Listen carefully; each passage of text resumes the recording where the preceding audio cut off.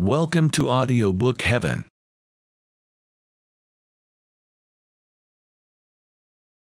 The Meditations of the Emperor Marcus Aurelius Antoninus by Marcus Aurelius.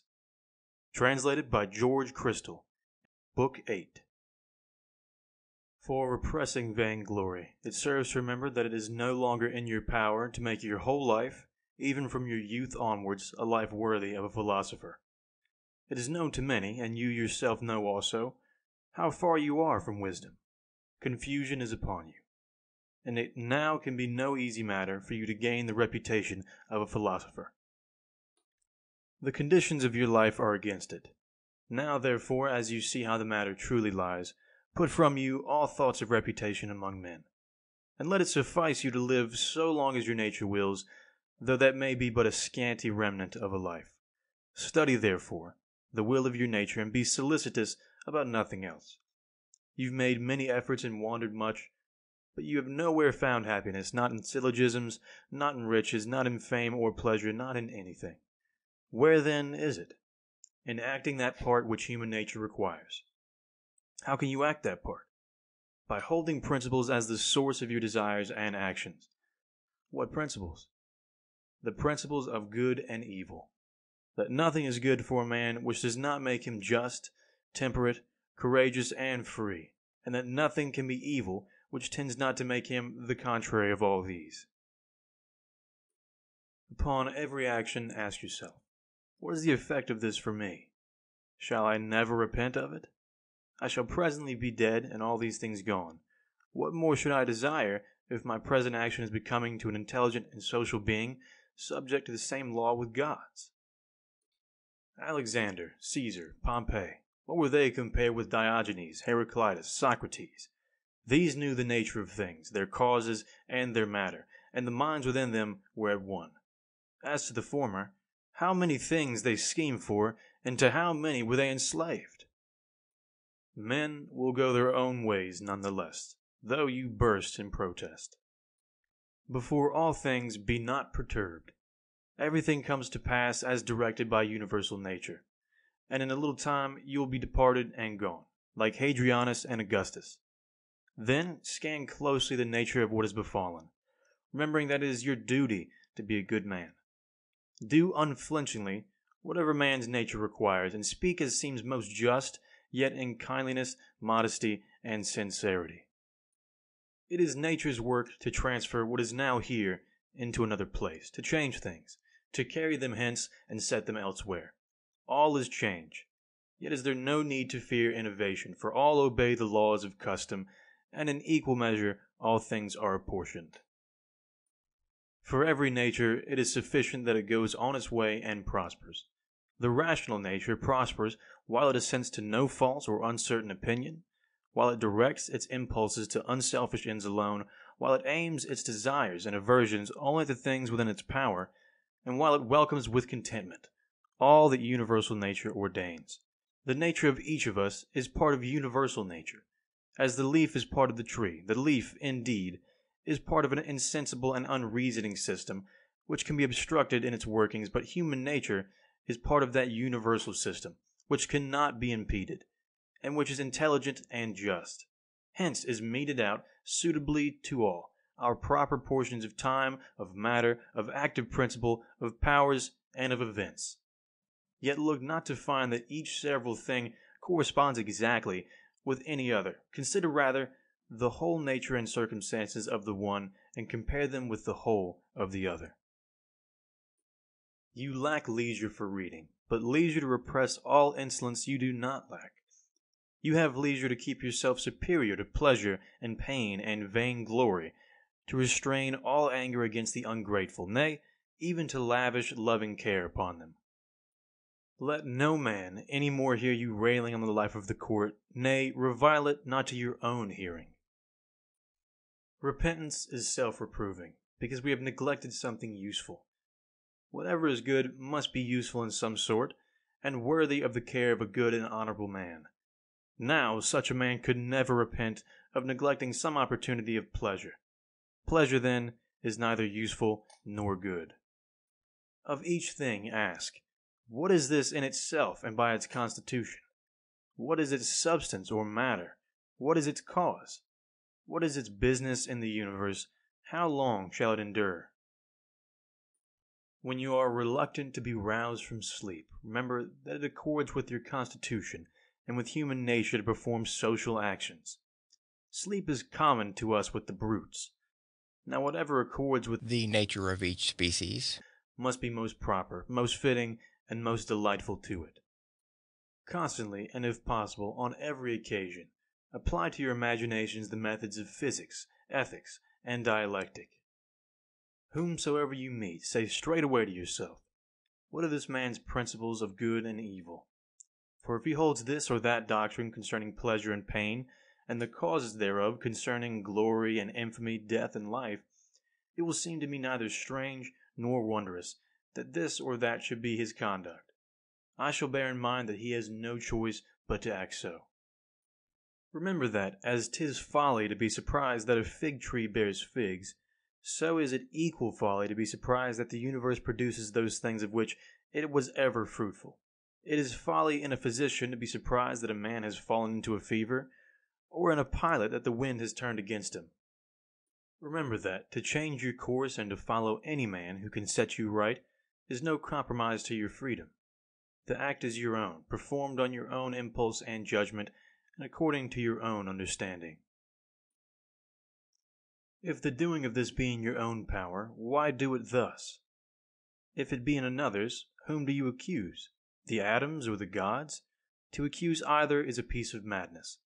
Therefore accuse no one. Set right, if you can, the cause of error. If you cannot, correct the result at least. If even that be impossible, what purpose can your accusations serve? Nothing should be done without a purpose. That which dies falls not out of the universe. If then it stays here, here too it suffers a change, and is resolved into those elements of which the world and you too consist. These also are changed, and murmur not. The horse, the vine, all things are formed for some purpose. Where is the wonder?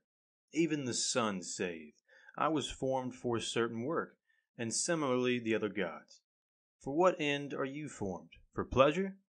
Look if your soul can endure this thought.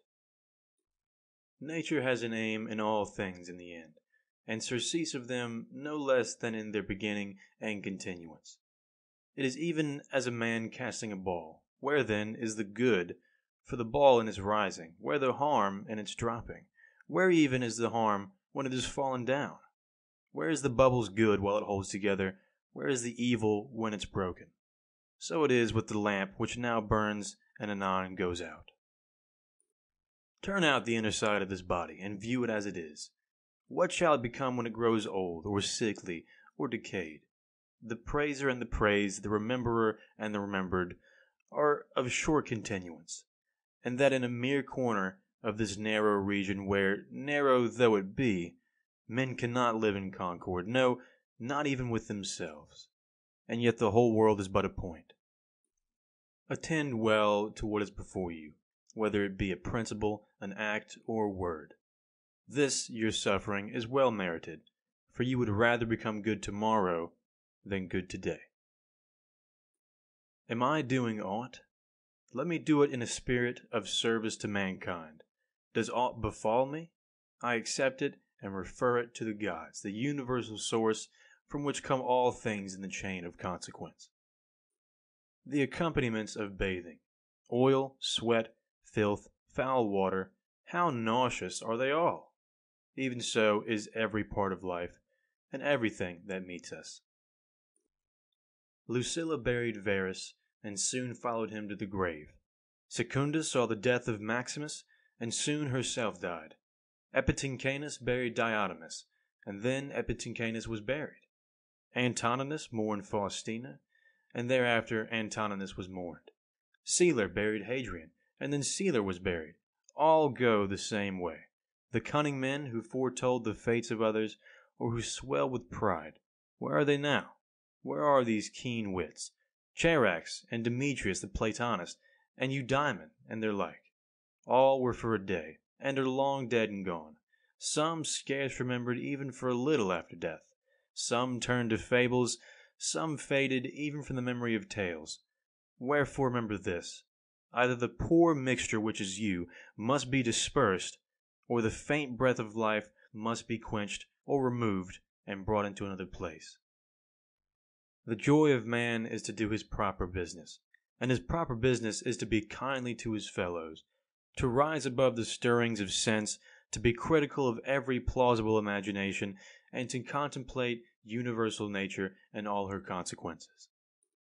We have all of us three relations: the first to the manifold occasions of our state, the second to the supreme divine cause from which proceed all things unto all men, the third to those with whom we live.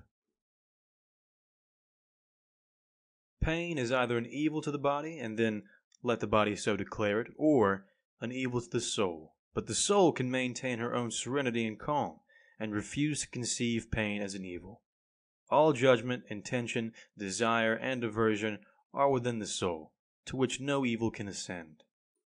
Blot out false imaginations, and say often to yourself, "It is now in my power to preserve my soul free from all wickedness, all lust, all confusion or disturbance.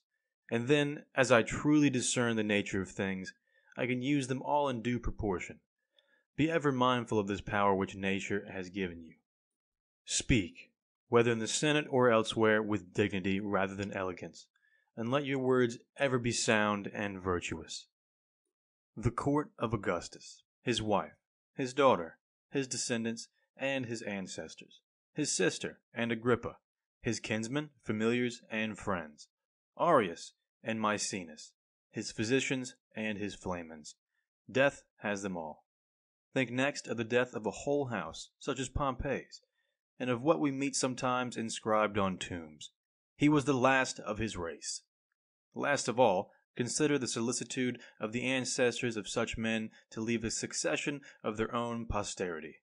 Yet, at the end, one must come the last, and with him dies all that house. Order your life in its single acts, so that if each, as far as may be, attains its end, it will suffice. In this no one can hinder you. But you say, "May not something external withstand me?" Nothing can keep you from justice, temperance, and wisdom. Yet perhaps some other activity of mine may be obstructed. True, but by yielding to this impediment, and by turning with calmness to that which is in your power, you may happen on another course of action equally suited to the ordered life of which we are speaking. Receive the gifts of fortune without pride, and part with them without reluctance. You have seen a hand, a foot, or a head cut off from the rest of the body, and lying dead at a distance from it. Even such as these as he may himself, so far as he can, who repines at what befalls, who severs himself from his fellow men, or who does any selfish deed. Are you cast forth from the natural unity? Nature made you to be a part of the whole, but you have cut yourself off from it. Yet here there is a glorious provision that you may reunite yourself if you will. In no other case has God granted you the privilege of reunion to a separate or severed part. Yet behold the goodness and bounty with which God hath honored mankind. He first puts it in their power not to be severed from this unity, and then, even when they are thus severed, he suffers them to return once more, to take their places as parts of the whole, and to grow one with it again. Universal nature, as she has imparted to each rational being almost all its faculties and powers, has given to us this one in particular among them. As nature converts to her use, ranges in destined order, and makes part of herself all that withstands or opposes her, so each rational being can make every impediment in his way a proper matter for himself to act upon, and can use it for his guiding purpose, whatever it may be. Do not confound yourself by considering the whole of life, and by dwelling upon the multitude of greatness of the pains and troubles to which you may probably be exposed. As each presents itself, ask yourself, is there anything intolerable and insufferable in this? You will be ashamed to own it. And then recollect that it is neither the past nor the future that can oppress you, but always the present only, and the ills of the present will be much diminished if you restrict it within its own proper bounds, and take your soul to task if it cannot bear up even against this one thing.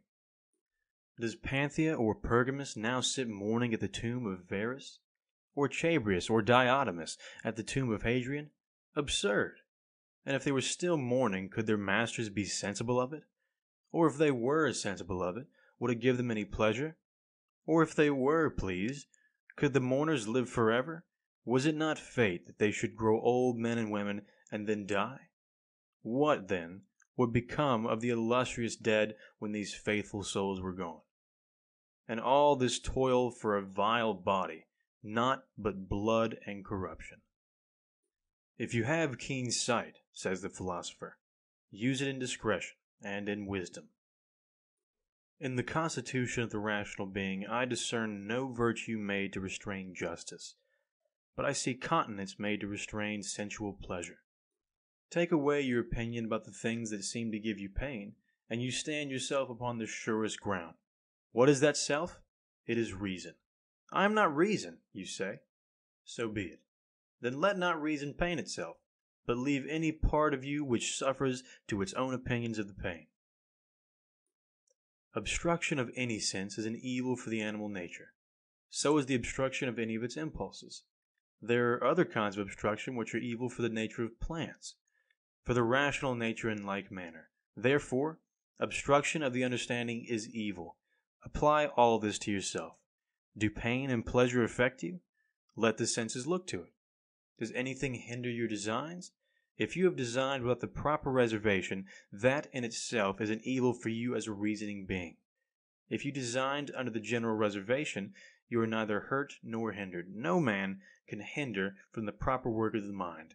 Nor fire, nor sword, nor tyrant, nor calumny can reach it, nor any other thing, when it has become even as a sphere, complete and perfect within itself. I have no right to vex myself, who never yet willingly vexed anyone. Each man has his own pleasure.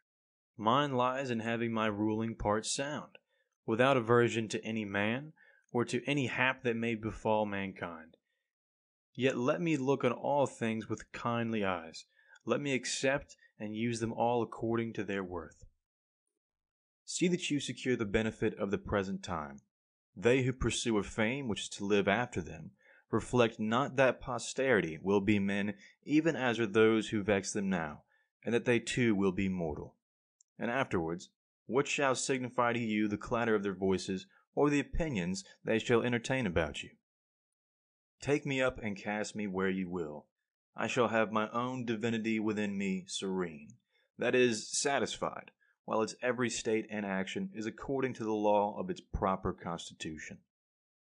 Is any event of such account that my soul should suffer for it or be the worse, that my soul should become abject and prostrate as a mean suppliant, or should I be affrighted?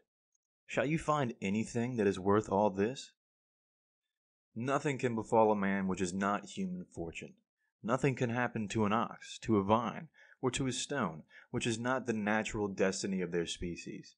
If then, that alone can befall anything which is usual and natural, what cause is there for indignation? Universal nature hath brought nothing upon you which you cannot bear. When you are grieved about anything external, it is not the thing itself which afflicts you, but your judgment about it. This judgment it is in your power to efface. If you are grieved about anything in your own disposition, who can prevent you from correcting your principles of life? If you are grieved because you do not set about some work which seems to you sound and virtuous, go about it effectually, rather than grieve that it is undone. But some superior force withstands, then grieve not, for the fault of the omission lies not in you. You say, but life is not worth living with this undone. Quit life then, in the same kindly spirit as though you had done it, and with good will even to those who withstand you. Remember that the governing part becomes invincible when, collected into itself, it is satisfied in refusing to do what it would not, even when its resistance is unreasonable. What then will it be, after due deliberation, it has fixed its judgment according to reason? The soul, thus free from passions, is a strong fort, nor can a man find any stronger to which he can fly and become henceforth invincible. The man who has not discerned this is ignorant. He who has discerned this and flies not thither is miserable. Pronounce no more to yourself than what appearances directly declare. It is told to you that so-and-so has spoken ill of you. This alone is told you, and not that you are hurt. I see my child is sick. This alone I see. I do not see that he is in danger. Dwell thus upon first appearances. Add nothing to them from within, and no harm befalls you. Or rather, add the recognition that all is a part of the world's lot. Is the gourd bitter? Put it from you. Are there thorns in the way? Walk aside. That is enough. Do not add, why were such things brought into the world? The naturalist would laugh at you, just as would a carpenter or a shoemaker, if you began fault-finding because you saw shavings and parings from their work strewn about the workshop. These craftsmen have places where they can throw away this rubbish, but universal nature has no such place outside her sphere.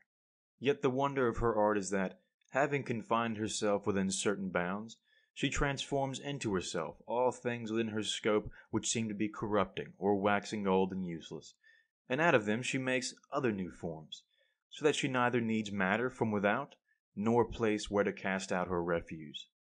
She is satisfied with her own space, her own material, and her own art.